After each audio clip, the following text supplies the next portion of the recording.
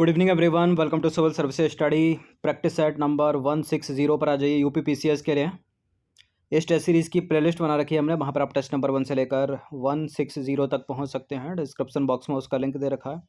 और इस test series की आप पेड सीरीज़ प्राप्त कर सकते हो PDF विद एक्सप्लेनेशन के साथ, जिसको एग्ज़ाम तक प्रोवाइड करेंगे हम। 12 जून तक एग्ज़ाम है, ठीक है। और फुल टेस्ट होंगे उसमें। डिस्क्रिप्शन बॉक्स में मेरा नंबर दे रखा है, उस पर आप कॉल या व्हाट्सअप करके उसके परचेज़ कर सकते हो। तो चलिए स्टार्ट करते हैं। पहला प्रश्न क्या है? रुद्रमा देवी वारंगल के किस वंश की एक महिला शासिका थी? ये प्रश्न मैंने 6 से 7 बार कराया होगा अपनी सीरीज़ में। और अभी जो उत्तराखंड की परीक्षा हुई थी 3 तारीख को, उसमें पूछा गया था शायद ये।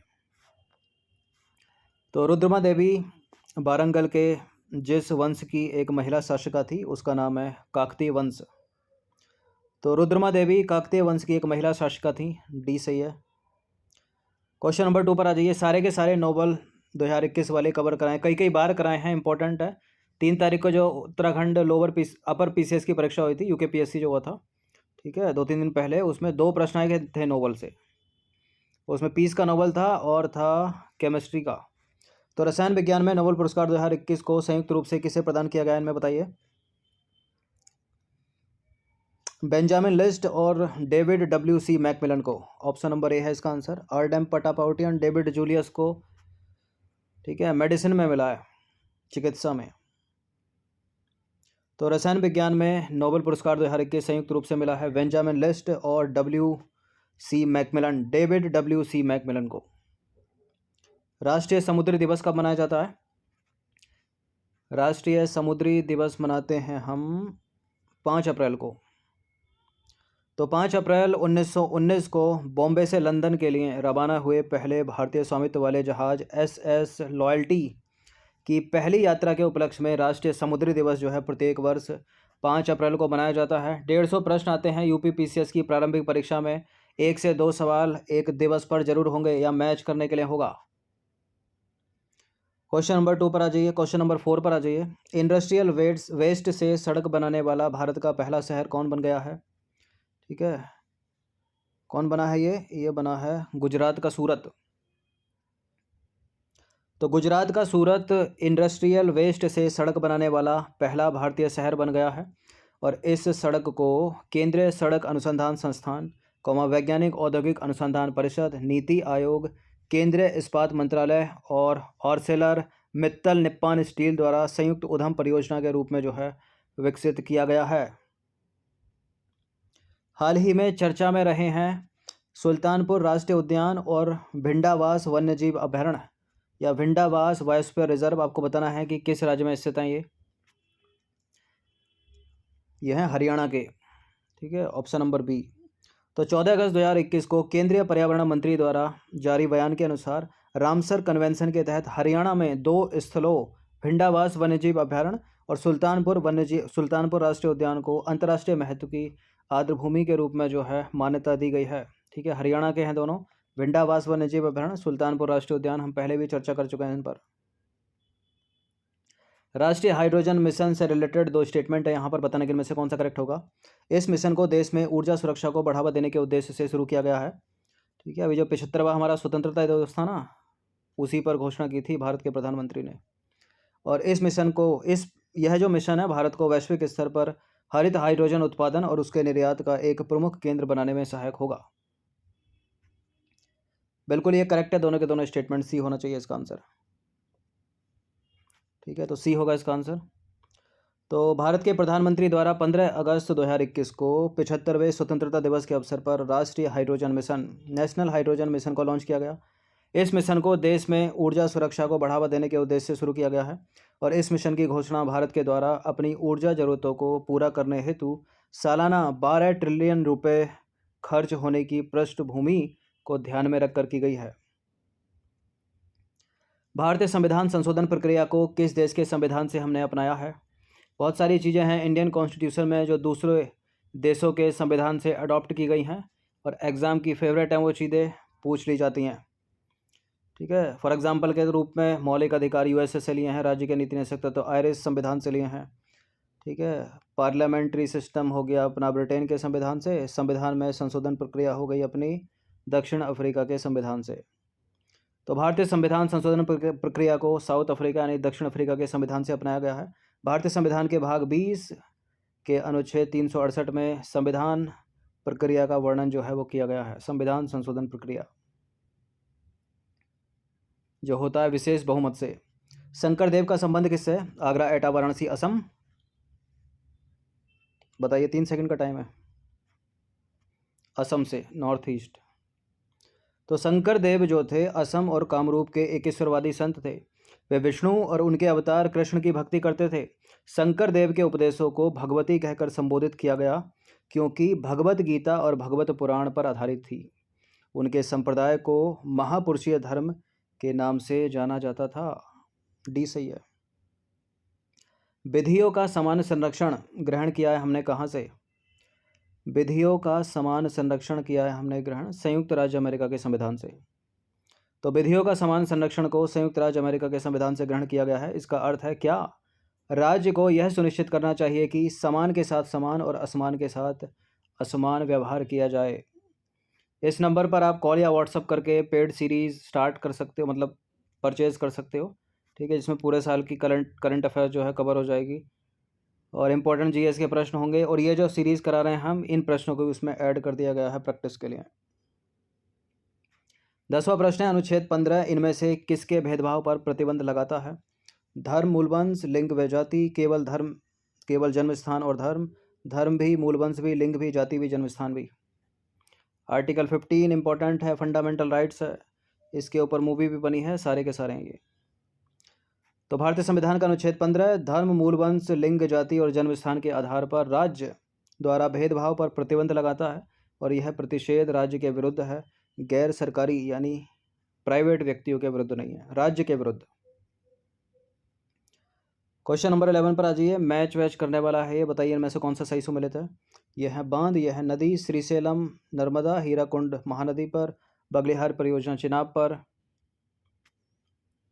ये श्रीशैलम यूपीएससी का बड़ा फेवरेट है, पिछले 10 वर्षों में 2 बार प्रश्न हुआ इस श्रीशैलम से, ठीक है। आंध्र प्रदेश का श्रीशैलम जो है वो नर्मदा नहीं बल्कि कृष्णा नदी होना चाहिए।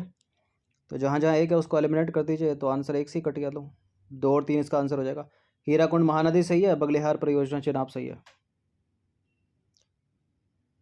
तो सही सुमेलन कुछ इस प्रकार होगा, यह बांध, यह नदी, श्रीशैलम कृष्णा नदी पर, हीराकुंड परियोजना महानदी, बगलिहार परियोजना चिनाब रिवर। रहस्यमय बगीचा नामक पुस्तक किससे संबंध रखती है?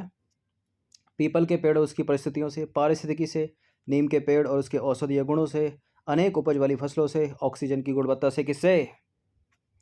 पीपल के पेड़ और उसकी पारिस्थितिकी से। देखिए, उत्तराखंड के पर्यावरण एवं वन मंत्री हरक सिंह रावत ने पीपल के पेड़ और उनकी परिस्थिति पर श्रुति राव द्वारा लिखित रहस्यमयी बगीचा नामक एक हिंदी पुस्तक का विमोचन किया। यह जो पुस्तक है, पीपल जैसे पेड़ों को देखकर बच्चों को महत्वपूर्ण पारिस्थितिकी अवधारणा को सीखने में मदद करती है। यूके पीएससी के लिए ज़्यादा इंपॉर्टेंट होता है प्रश्न, ठीक है, फिर भी मोटा मोटा याद रखिए। क्वेश्चन नंबर 13 पर आ जाइए। निम्नलिखित में से कौन सा ग्लेशियर जो है वो उत्तराखंड के कुमाऊं क्षेत्र में स्थित है? इनमें से मिलाम हिमनद। तो मिलाम हिमनद या ग्लेशियर उत्तराखंड के कुमाऊं क्षेत्र में अवस्थित है और इसी हिमनद से जो है शारदा नदी यानी काली नदी का उद्गम होता है, ठीक है। क्वेश्चन नंबर 14 पर आ जाइए। निम्नलिखित संवैधानिक मामलों के क्रम पर विचार करें।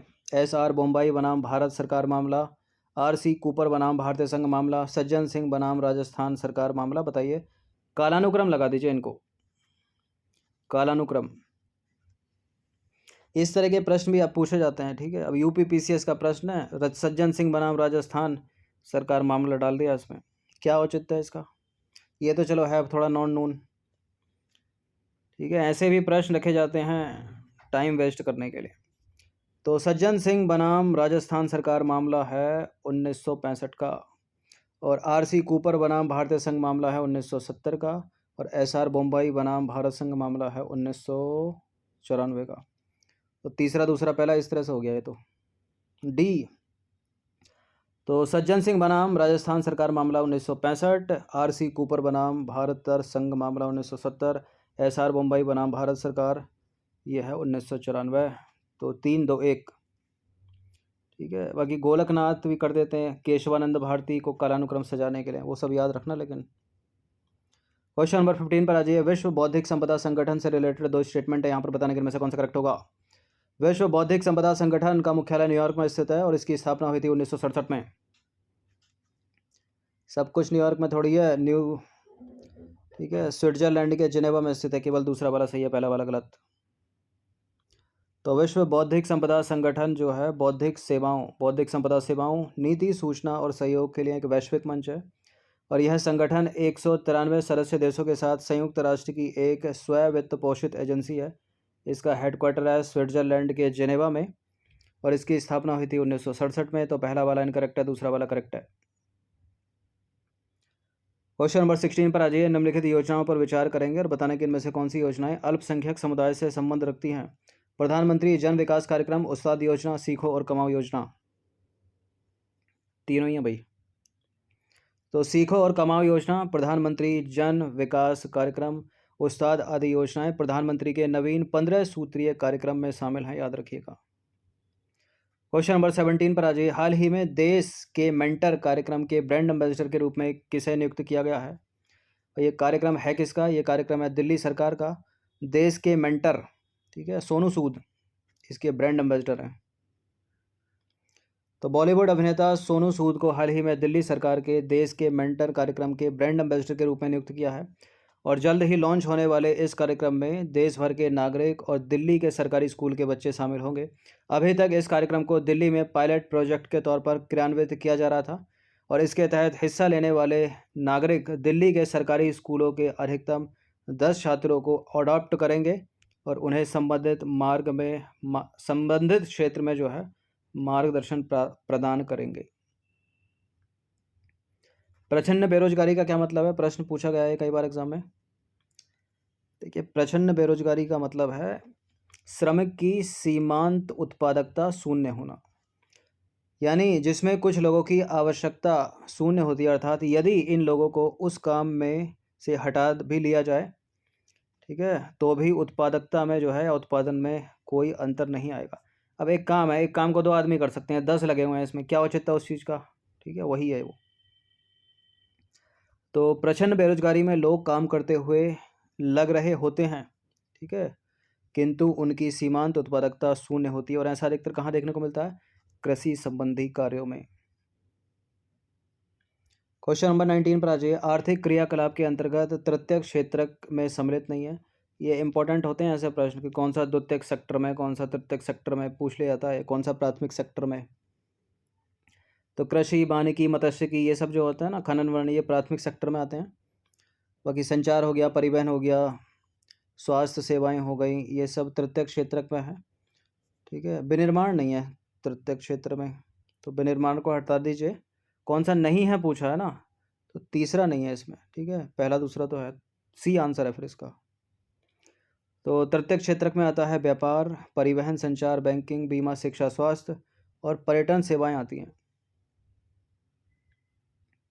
क्वेश्चन नंबर 20 पर आ जाइए। सर्व शिक्षा अभियान के अंतर्गत निम्नलिखित में से किस आयु वर्ग के बच्चों को सम्मिलित किया जाता है? सर्व शिक्षा अभियान, सब पढ़ें सब बढ़ें, बताइए। 5 से 18 या 6 से 14, 6 से 12 या 7 से 16? एलिमिनेट करो तो जरा। 7 से 16 नहीं है, 6 से 12 भी नहीं है, इनमें से एक और कौन सा? वही है, 6 से 14 वर्ष की आयु के बच्चे। तो वर्ष 2001 से 2002 में प्रारंभ किए गए सर्व शिक्षा अभियान का उद्देश्य 6 से 14 वर्ष की आयु के सभी बच्चों को, स्कूली बच्चों को जो है वर्ष 2010 तक प्राथमिक शिक्षा प्रदान करना।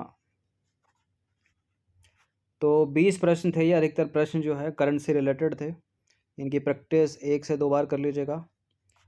जितने भी स्टूडेंट, ठीक है, जिन्होंने सीरीज़ परचेज नहीं किया वो प्रैक्टिस करते रहिए इससे ही, ठीक है, 2-2 3-3 बार पढ़ते रहिए। बाकी जिनको लेना हो इस नंबर पर कॉल या व्हाट्सअप कर सकते हो। धन्यवाद।